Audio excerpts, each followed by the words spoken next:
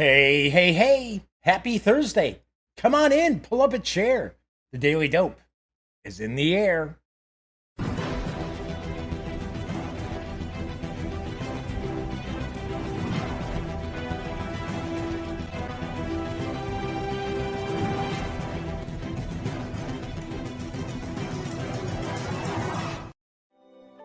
Howdy, howdy, howdy. Yes, I'm Jeff McAleer, back once again as your host here at The Daily Dope, presented by thegaminggang.com, which I happen to be the Grand Poobah, yes, the founder and editor-in-chief.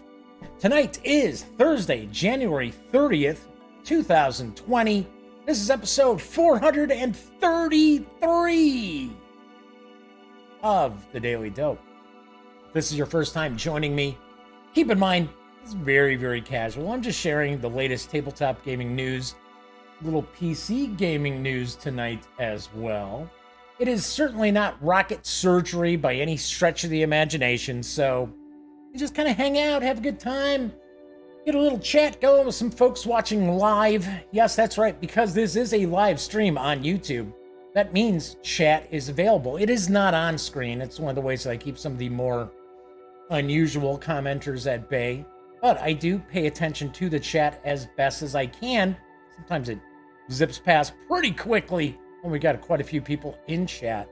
But if you want to say howdy, by all means, please do. If you got a question or a comment, fire away. I will do my best to respond. Of course, if you like the video, please fight the trolls. Give it a thumbs up. And subscribe to the channel. If you do subscribe, don't forget, ring that little bell, because it will notify you not only when the Daily Dope goes live, it'll also tell you when I upload standalone videos as well, such as my first looks, my unboxings, my reviews, my interviews, my convention coverage, all of it. You will be notified right away when I upload new stuff. All right, and of course, be sure to tell a couple of friends about both the channel as well as the website. Always try to keep spreading the word. So we've got a Gray Day in chat. We've got the Madman Kabuki Kid is here as well.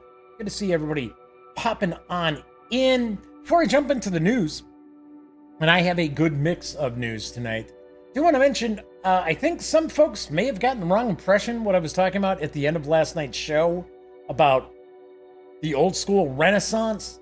Yes, there are people who are afraid that there are many, many alt-right types involved in OSR. That really isn't the case. I will point out there are some ultra right-wing crackpots who are, part of OSR. Then again, there are some really wacky far left people involved in other role-playing aspects as well. But for the most part, the vast majority of us who enjoy role-playing games aren't crazy. We all disagree politically and socially and things like that, but we're not nuts. Anyway, I was just pointing out that it's okay for us to disagree on certain things. I come from a generation, I grew up, I didn't expect all of my friends to agree with me. In fact, I appreciated people who didn't. And, that's how you learn things. You kind of debate different things. You share your viewpoint. You listen to someone else's viewpoint. Sometimes you're wrong. Sometimes I'm wrong. That's how it works. So, anyway, just want to clear that up. I got an email from somebody saying, wow, you should be saying that there's neo-Nazis in old school Renaissance revival, whatever you want to make that R stand for. I was like, that's not what I was saying. I mean, there are some. There's no getting around that. But it's not everybody like that. All right, so Dan from No Enemies Here is popped in as well. So Kabuki Kid says, there are crackpots even in our favorite hobbies. Yes, there are crackpots everywhere. I am a goofball. I don't think I'm a crackpot. So, anyway, good to see everybody hanging out tonight. Let me grab a quick sip here. Once again, it's really unnaturally dry down here in the Duct Tape Studios tonight. Plus, I just finished up dinner moments just mere moments before I began the show. So, in fact, I even have for my broccoli, my bowl sitting here. Yeah, I know. I was getting everything ready kind of last minute. All right, so let's jump on into the news because there is a new miniatures / card game, kind of hybrid game. It is on the horizon. Let me get rid of something that's popped up here. Anyway, it's from a fairly new company I'm not familiar with, PvP Geeks. And I've got the dope on Skytear. Dun, dun, dun, dun. I know it could be Skytear, but I know it's Skytear. Skytear is a card-driven miniatures game inspired by MOBA video games like League of Legends, featuring dozens of heroes from an original fantasy universe. Get started drafting your team of heroes with their unique skills, personalities, and ultimate powers. Choose them from 4 asymmetrical factions with unique gameplay mechanics and flavor. Then group up with your waves of minions on the side lanes to push toward the enemy nexus and crumble it. And if you feel brave enough, enter the dome. What? 2 heroes enter, 1 hero leaves? To tame the Outsider, the huge elemental made of Skytear energy that can be directed toward your enemies or toward you.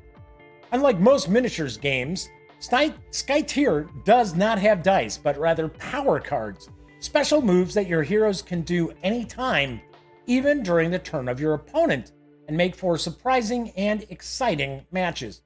The starter box contains 8 unique heroes, 2 for each faction, allowing you to get a taste of each of the diverse playstyles of Skytear.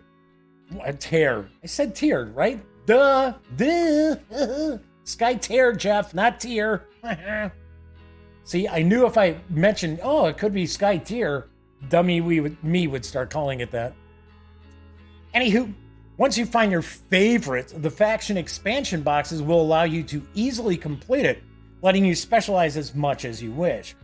All miniatures come unpainted and pre-assembled with a plastic tray to safely store and transport them to the events organized by your friendly local game store, if they are going to be taking part in something like this. Skytear is for 2 to 4 players, ages 13 and up, plays in around 30 to 60 minutes, and will carry an MSRP of $70 when it arrives in February. Do want to point out there are also 4 faction expansion boxes they are releasing at the same time. They will contain 4 hero miniatures, 4 minion miniatures, and a pre-built power deck of 32 cards. These carry an MSRP of $35. I am sharing some images of one of the boxes as well. So I do like the miniature style. Gotta point out, the minis look pretty cool. I don't know. I think. Now, this is just me, right? This is just my opinion here. I'm just floating this out. I think a lot of the appeal for many people when we're talking about like fantasy miniatures, science fiction miniatures, things that are not historical, say. I think a lot of people really dig creating their own rosters and using point systems to buy their heroes and create their troops and things like that. This doesn't look like this has that. It's just kind of, you're going to be drafting different heroes from maybe a point system overall. I don't know. This could be interesting. This could be just another game that's like, hey, we're throwing miniatures at you. I don't know. Once again, I know nothing about this company, but I did want to share this because there is a little bit of buzz going on about Skytear. Nobody's talking about Skytear except me, but I think other people are talking about Skytear. And like I said, the miniatures look pretty cool and very nice paint job on the mini that I'm sharing as well. So, let's see. A Gray Day is talking about, good to see you, Gray Day. Dark Tower is at it again. It's past $3 million for their Kickstarter. Pretty wild. You ever notice a Gray Day is always telling us about Kickstarter stuff? I wonder if he's on the take here, huh? Tease it. I'm joking. Ominous Mecha has arrived as well. Asking about news on the Viper Mark K from Ares Games. I haven't heard anything. If we're talking about Ares, I do have some Ares game news coming right up. But as far as the Battlestar Galactica stuff, I have not heard anything. I'm taking a guess. This is just me. I'm going to take a wild stab in the dark. Battlestar Galactica miniatures, if that's what we're talking about, is going to kind of fall into the same category as Sails of Glory and Wings of Glory, that people are going to be saying, hey, when are the next minis coming out? What's going on? I've been reamed out from people when I do interviews with Jim Long over at Ares, when I'm at various cons. If I don't try to get some sort of Wings of Glory info out of them, and it's usually like, nope, nope, no, nothing new. We're gonna try to get some stuff back in stock. That's about it. Hero Forge 2.0 is over 2 million with 14 days to go. If you like creating your own miniatures. Isn't it Hero Forge? I think it's Hero Forge. Don't they have the minis that you can select your colors and they'll actually send you pre-painted minis? That could be interesting. That could be very interesting. If it's not complete garbage. I mean, if we're looking at like along the lines of, say, a WizKids pre-paint, those are actually pretty good. But I'm wondering what the Hero Forge pricing is. If it is Hero Forge, maybe that's just popping in my head for some stupid reason. Anyway, so a Grey Day says, I'll get off Kickstarter when Ninja Division ships me Super Dungeon Legends. Well, I guess a Grey Day is going to be talking about Kickstarters for a long time. That is the reason I do not, that and other reasons. That is why I don't cover Ninja Division anymore. I did an interview with, I'm trying to remember his name. I forget off the top of my head. Is it Bruce something? No, I don't think it's Bruce something. Anyway, the guy who's the head of Ninja Division, who was the head of Soda Pop Miniatures, which is effectively Ninja Division. And I had no idea when I did an interview with him at Gen Con that they had this Kickstarter that they had not delivered on, and people were pissed. And I was like, that's it, John Candace. Thank you, a great day. And John was nice. I mean, he was fine. He was nice enough to me. But it was kind of like, in fact, that video, I think, has a lot of comments from people like, how dare you talk to him? He owes us. I was like, yikes, sorry. I didn't know. People assume I know everything about gaming. I don't. It's like, there's only so much time in the day, right? Got a life too, folks. I really do. Not that it's very exciting. Anyway, all right. So we were kind of talking a little bit about Battlestar Galactica, which I think was the Mark 7 Viper question, which, like I said, I have absolutely no info. But I do have some info on something else that's coming from Ares Games and Hexy Studio. I'm not familiar with Hexy Studio. I think they're out of the UK. I've got the dope on Slyville. Medieval castles were home to very different types of people. Not only pious monks, humble scholars, and trustworthy merchants, but also those mischievous, cunning, and dishonest. Welcome to the city of Slyville, where you become one of the latter kind. As head of a guild operating in one of the world's major trade and cultural centers in the Middle Ages, you'll be sending your trusted henchmen. Oh, hey, how come the news didn't switch? There we go. I don't know. Anyway, as head of a guild operating in one of the world's major trade and cultural centers in the Middle Ages, you'll be sending your trusted henchmen to various districts to find trade bargains, make deals, and provide your organization with more power and wealth. I have the power! Maybe not always in a way that's completely legal, but the end justifies the means, doesn't it? After all, you want to get into the graces of the prince, right? Slyville is a game of pretense and deceit for 3 to 5 players in which managing your resources matters just as much as your bluffing skills and the ability to figure out the opponent's strategy. Try to predict what goods your adversaries might need and do your best to upset their plans, but above all, secure the most valuable deals for yourself. In Slyville, the players become heads of guilds operating in a medieval city and send their trusted henchmen to do business and close shady deals.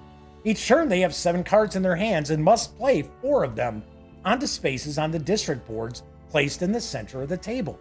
By using their card actions, they bid to acquire goods in 5 types that can later be spent on deal tiles.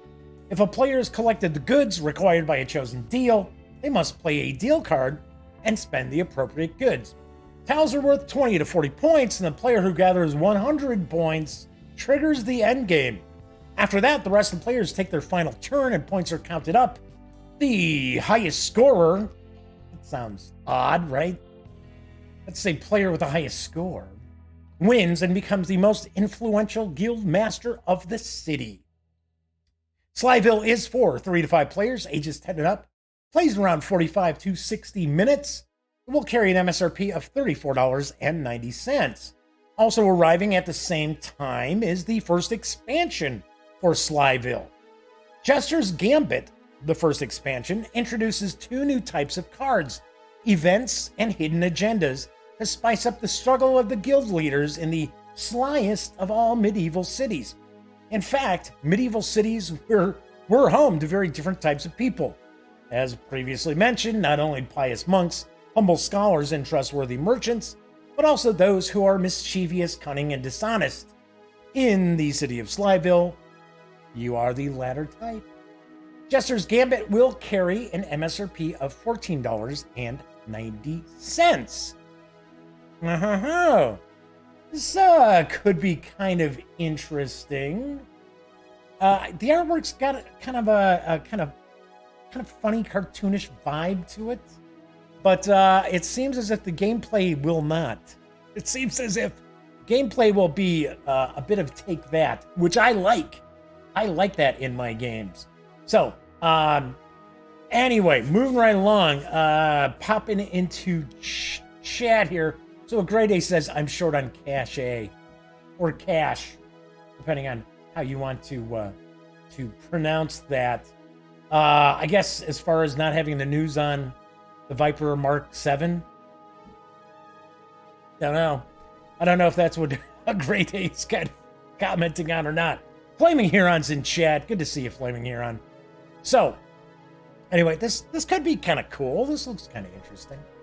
Next up is a Kickstarter that kind of caught my attention. Because if you dig science and science games, you might want to take a look at the Kickstarter currently running for Genius Games. I've got the dope on Genotype. Gregor Mendel is the 19th century Augustine friar credited with the discovery of modern age genetics. In Genotype, you play as his assistants, competing to collect experimental data on pea plants, peas as in the vegetable peas, by trying to control how the plants inherit key traits from their parents: seed shape, flower color, stem color, and plant height. The observable traits of a pea plant, its phenotype, are determined by its genetic makeup, its genotype. The relationship between genotype and phenotype and the nature of genetic inheritance are at the heart of Genotype, a Mendelian genetics game. Say that title 5 times fast. During the game, players get pea plant cards which show a set of phenotype traits that they hope to produce and collect, such as pink flowers and tall height, in order to score points. Each round, dice are rolled to represent plant breeding, which may result in the traits players are looking for. After the dice roll, players take turns drafting dice toward completing their pea plant cards or advancing their research. The traits produced during the dice roll come through the science of Punnett squares, which show how the parent genes combine, one from each parent plant. By changing the genes of these parent plants, players can influence the likelihood of rolling the traits they need. The completion of P-plant cards via the dice draft is the main way players score points. Players work to match their P-plant cards to the outcome of the dice draft and complete the cards for points. If they place the phenotype marker, they will earn bonus points for every completed card that matches their claim. At the end of 5 rounds, player with the most points wins. There is a Kickstarter video that will actually make more sense than me telling you about this. I would think it's a little less than 2 minutes, but pretty nicely done. So let's kick back and give it a watch. In the mid-19th century, a Moravian monk named Gregor Mendel deciphered patterns in the genes of pea plants and, as a result, manipulated heredity. Genotype is a worker placement dice drafting game for 1 to 5 players, who will take on the role of scientists at Mendel's monastery. Players advance their research through Punnett Square trait dice, and must wisely plan their actions to make the best of each harvest. In Genotype, players will take turns selecting available actions throughout the monastery, such as gathering new plants from the nursery, determining which parent plants will be bred, or gardening, ending one generation and beginning another. To breed plants, players roll offspring dice that correspond to Punnett squares.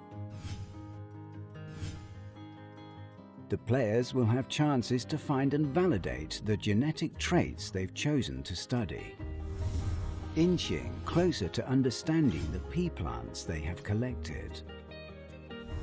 Players can use funds they have collected to acquire upgrades that may further their research, such as opening new plots for more plants, or hiring an assistant. At the end of the season, the scientist who has produced the most results will be the winner. Help Mendel test his paradigm-shifting hypothesis in Genotype, a Mendelian genetics game.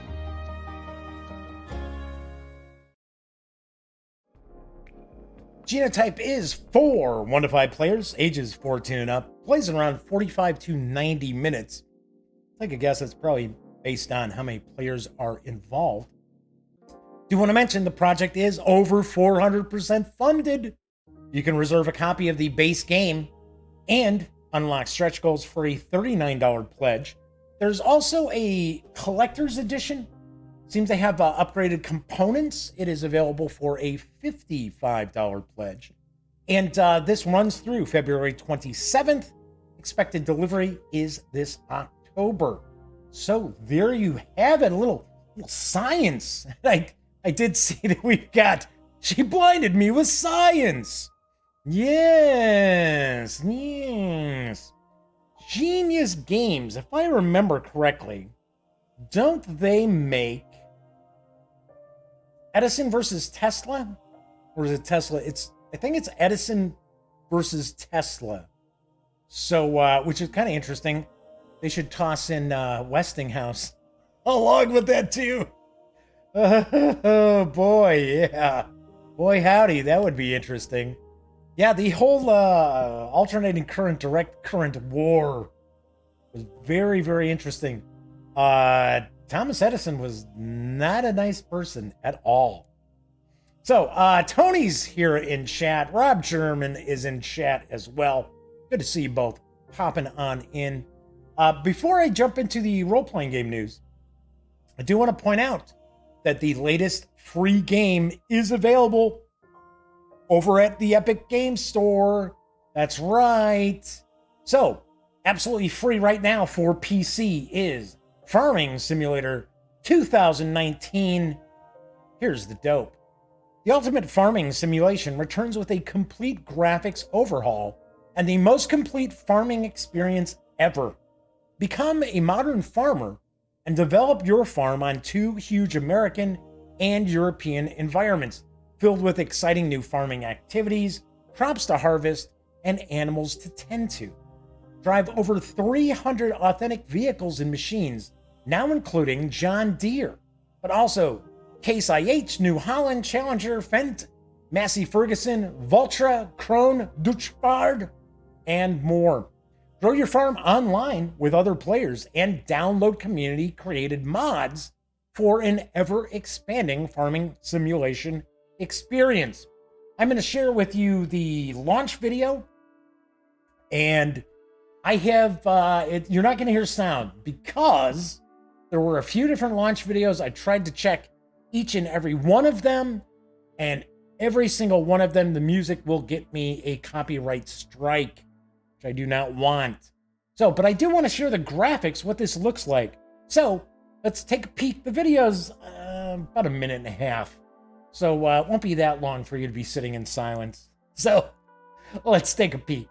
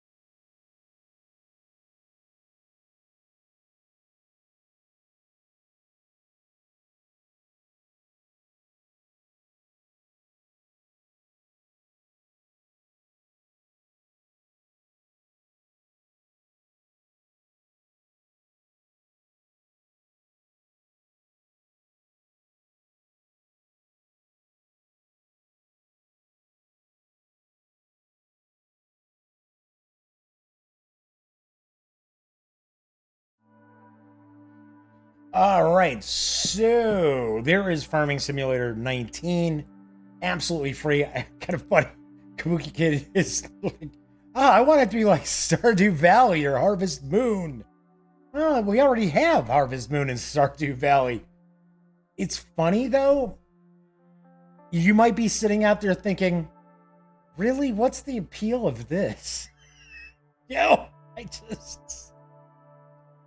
But I have heard a lot of people do play this, and I got to be honest, I have messed around with American Truck Simulator, and there's just something relaxing about like making deliveries around the Western United States, especially having driven so many of the roads in that, where it's like, geez, 80 and 70 and stuff. It's like I can. It's like the back of my hand. I know those so well. And it's kind of funny to see stuff where it's like, oh my God, they've actually modeled that in this game on I-80 or what have you, right? So yeah, I can see where people would get into this. And of course, this is absolutely free. It doesn't cost you a dime, so you can check it out. I mean, there's some DLC and stuff like that. And I also took a peek. It doesn't necessarily need like the most modern computer to run it either. Only need about 2 gigs of VRAM. So anyway, just thought I would float this out there. It is the free game this week. Also, do want to mention that next Thursday, Asmodee Interactive is going to offer the free games at Epic Games Store, and it is going to be Ticket to Ride, Pandemic, and Carcassonne. So there will be 3 board game ports to PC that will be free next week. So Great Ace talking about Zombie Farmer. I think that's a game. Actually, what I think, it's the, isn't there the Graveyard Manager one that's almost like Stardew Valley, but it's a little darker? It's like, you're like burying bodies and stuff like that. In fact, I swear to God, I think it's called Graveyard Keeper, something along those lines. But it's sort of like a Stardew Valley sort of game. Anyway, so Yeah, but the amount of people who play games like The Sims, that's flaming Huron. Yeah, there are a lot of Sims players out there. I've messed around with The Sims a little bit. I think the last Sims that I really did anything with was Sims 2. It was way, way, way back in the day. So, anyway, but I wanted to share that because I know we've talked a little bit about PC games and things like that. And, you know, I spend quite a bit, I wouldn't say quite a bit of time. I play something at least for an hour or two every night. But I usually switch things up. I might, now that I watch this, I might actually go drive American Truck Simulator through Arizona. Yeah. Told you I'm a goofball. All right, moving right along, let's get into our next news piece because a eagerly anticipated role-playing game is now available. The physical book is available from Modiphius Entertainment. I've got the dope on Odyssey of the Dragonlords. From the lead designer of Baldur's Gate, Dragon Age Origins, and Star Wars Knights of the Old Republic. Which, going off on a little tangent, I hear there's discussion, there's a rumor floating around, they are going to do a revamp of Knights of the Old Republic. Don't know if that's true or not, but there's a little rumor floating around. Anyway, Odyssey of the Dragonlords is a 460-page hardback adventure book for 5th edition. And of course, I can say Dungeons & Dragons, Modiphius can't. It's packed with full-color maps and illustrations. It includes an epic campaign. Join with other prophesied heroes to undertake an epic quest to save the world of Thelia, sail the islands of the Forgotten Sea. Wouldn't that be sail the sea? Sail the islands. And battle the Titans. The adventure will take a party of heroes from 1st to 15th level or higher. Choose your epic path. This includes 8 epic paths for players to choose from. Epic paths provide powerful motivations for your hero, making you a central part of the story. Change Thelia's history forever and go down in history as one of the new Dragonlords. Includes the world of Thelia. Includes an overview of the history, factions, kingdoms, and laws of the Forgotten Continent. Learn about the gods, the titans, and the legendary Dragonlords. It includes a bestiary of over 30 new monsters inspired by Greek mythology with lore, statistics, and full-page illustrations. There are also new magic items inspired by Greek mythology. Find them scattered throughout the adventure or craft them using the legendary Mithril Forge.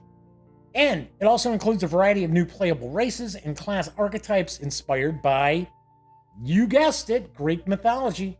Satyrs, centaurs, Medusae, as well as hoplites, Amazons, and philosopher wizards. The 460-page hardcover has an MSRP of $52. I think it was like $52.02 when I looked today because of the exchange rate, but I'll just say $52. It does also include a PDF. If you order from Modiphius, you do get the PDF as soon as you place your order. The PDF alone is not available just yet. I assume we should see this hit DriveThruRPG at some point within the next few days. Then there's also the 28-page companion booklet, The Player's Guide. Odyssey of the Dragonlords is an epic fantasy campaign for, once again, the 5th edition of the world's greatest role-playing game. See, they say world's greatest role-playing game because Modiphius isn't making anything for Pathfinder. Remember we've talked about this? The Player's Guide is a 28-page companion booklet that will provide you with everything you need to begin your career as a prospective hero in the forgotten land of Thelia. Inspired by, you got it, Greek mythology, Thelia is a brand new campaign setting, a lost continent that can be seamlessly added to any existing campaign setting. It includes the world of Thelia, an overview of the history, factions, kingdoms, and laws of the Forgotten Continent. Learn more about the gods, the titans, and those legendary Dragonlords. There are class backstories, which include guidance on the character creation process, including potential names and suggested backstories for each of the core player classes. Includes rules for 2 new player races native to the forests and the northern steppes, the Thelian Centaur and the Thelian Satyr. Choose your epic path because there are 6 epic paths for players to choose from. These are powerful motivations for your hero, making you a central part of the story. Gotta say, I'm not sure if these are on top of the 8 from the actual hardcover book, or if these are just 6 of the 8. The 28-page player's guide has an MSRP of $13. Zoinks! But I will point out in PDF, it's absolutely free at DriveThruRPG. Kind of weird. Do want to mention there is a bundle that is also available from Modiphius that includes the core book, the player's guide, game master's screen, some other items as well. I think there's, I think there are character sheets that are part of that bundle as well, so you can take a peek. I gotta say, this is something I know a lot of people have been looking forward to. The artwork looks stunning. I gotta say, this artwork looks excellent. So, and as A Grade A is pointing out, this was a pretty big Kickstarter. It was. It really did do really, really well. So, anyway, so I wanted to share this. Unfortunately, the weird thing is I would love to be able to, shoot a video of the actual book. Modiphius is very tough to get physical copies of stuff because everything ships from England. I don't know why. I don't know why they don't have a distribution, set up here in the US. Maybe they're changing that, but kind of weird, kind of strange. All right, so anyway, taking a peek here. So the infamous character killing kitty cat. Okay, so talking about a zombie game. The cat would kill you off and you become a zombie. So, Flaming Huron says there are so many games coming out soon or very soon. I got to keep my eyes out for when they actually do release. Yeah, we've got some big days. In fact, we just had, wasn't it? I think it was yesterday we saw a lot of stuff arrive. Anyway, yes, and this is a very, very big book.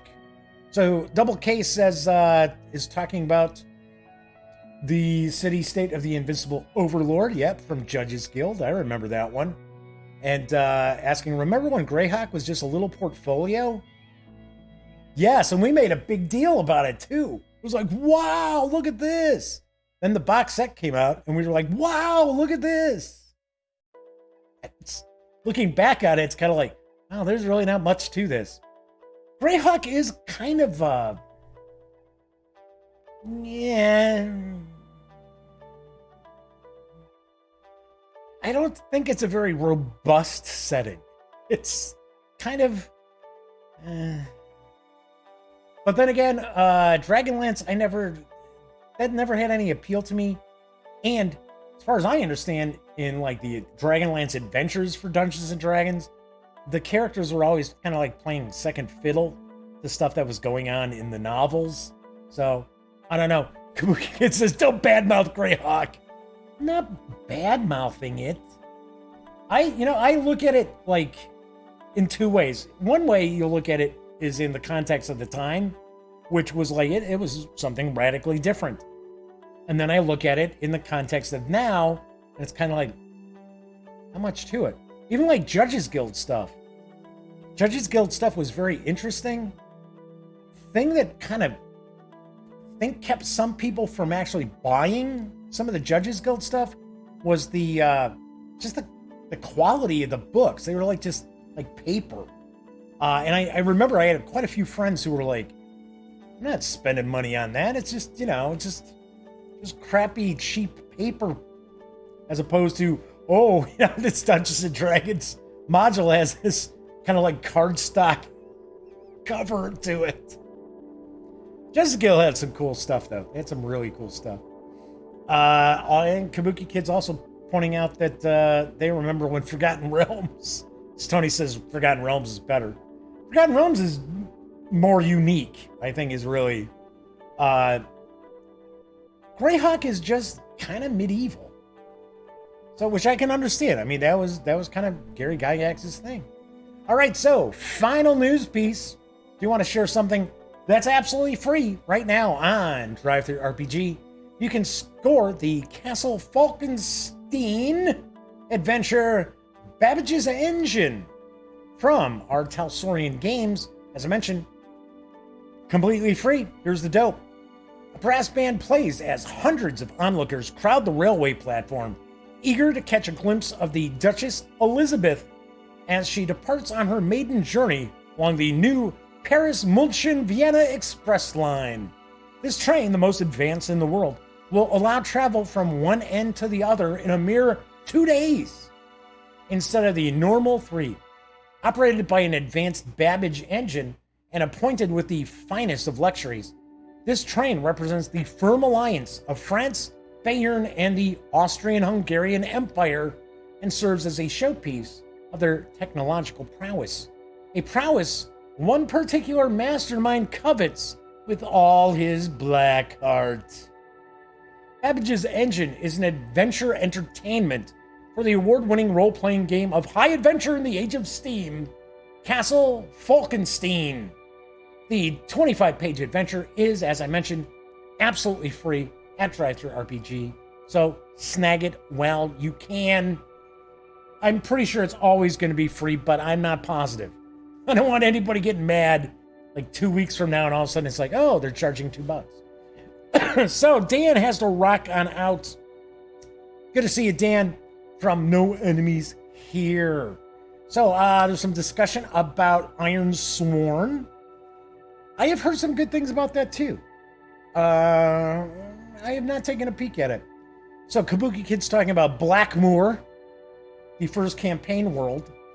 I don't honestly know much about Blackmoor, except for Dave Arneson was sort of doing the same kind of thing as Gary Gygax was once Dave Arneson explained what he was doing to Gary Gygax.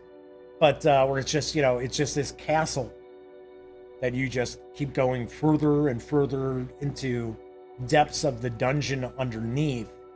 So, just like Castle Greyhawk, right? But I gotta say, I watched that documentary, Secrets of Blackmoor, and I personally found it interesting.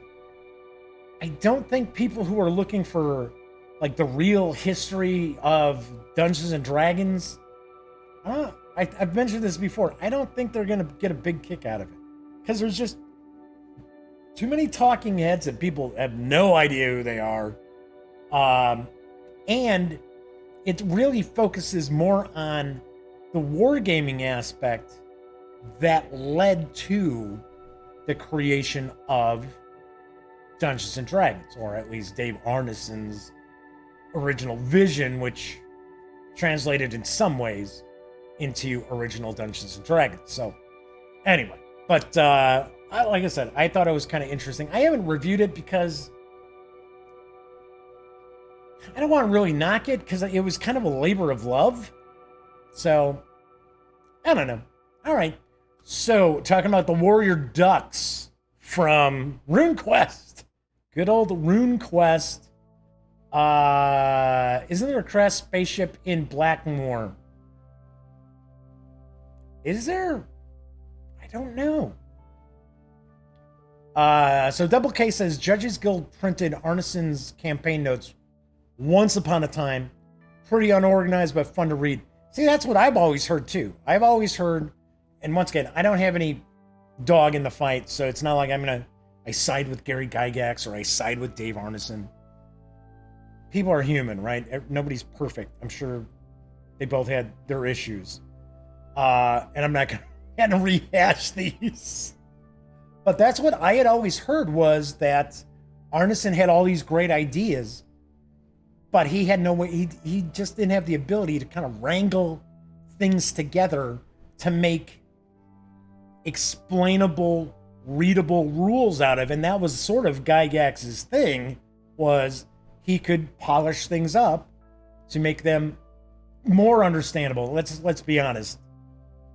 the original D&D and Advanced Dungeons and Dragons, or as we've talked about, I never refer to it as 1E, but I guess I could, is not exactly the most intuitive games, I should say, to read and learn how to play.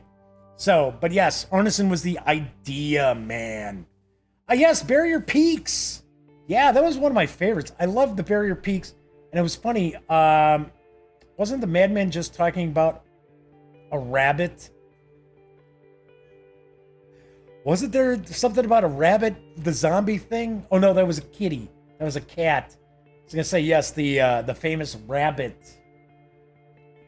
in Barrier Peaks. Anyway, so Arneson is like the boss to Gygax's jobs. Yeah, sort of, yeah. Yeah, little Steve Wozniak action. All right, so that is it for tonight's show. I will be back, of course, tomorrow. It's Friday. We're going to get the Friday show in. A Great Ace says that they're trying to get a Dragonlance movie going. Yeah, you know, I've heard there's rumors just constantly about D&D stuff going on, and then it, you know, it kind of comes and it goes, it comes and it goes. We just heard that Marvel pulled the plug on a bunch of their series that were in the planning stages. What was the Amazon show they just canceled? They decided they weren't going to pursue it after they saw the pilot. Wasn't it the Dark Tower? I think it's the Dark Tower series. They got the first episode and they were like, no, we're not going to spend money on this, because supposedly they're sinking loads of dough into the Lord of the Rings. So we will find out. And yes, the wolf in sheep's clothing, the bunny on the stump. Yep.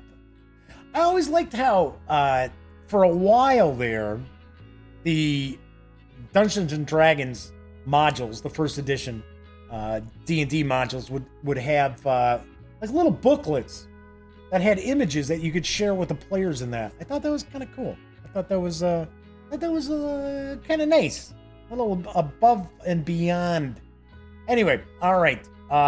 So Fleming Heron asks, was that canned? Yes, it was. I'm 99% positive that they pulled the plug on the Dark Tower series. It was some big series that Amazon was doing, and I just heard about that this week. So pretty sure that it was the Dark Tower that they yanked. So, all right. Anyway, if you like the video, be sure to give it a quick thumbs up. Fight those trolls out there. And of course, subscribe to the channel. If you do, ring the little bell, because it'll notify you when the Daily Dope goes live, as well as when I upload standalone reviews and unboxings, first looks, and so forth videos as well.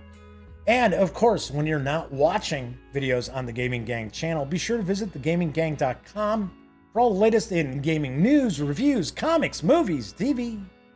You know the drill. Get your geek on at thegaminggang.com. I got my fingers crossed tonight that the sound is in sync, because the past 2 nights after the video has processed on YouTube, the sound is off just a touch. But the sound in the video is great. Problem is, if I upload the video, then everybody who watched live, there goes the chat, and there goes the views. So, kind of try to stick to, like, please don't mess up the sound tonight, please. So, all right. Anyway, so for those of you who were hanging out and chat with me tonight, thanks so much. I always appreciate you spending some time with me. We get a little combo going. And of course, that way I don't look like a complete doofus just talking into a camera. But if you watch after the fact, even if you're watching on Memorex, I certainly appreciate that as well. So, of course, everyone enjoy your Thursday night. As I mentioned, I will be back tomorrow. And of course, until then, happy trails.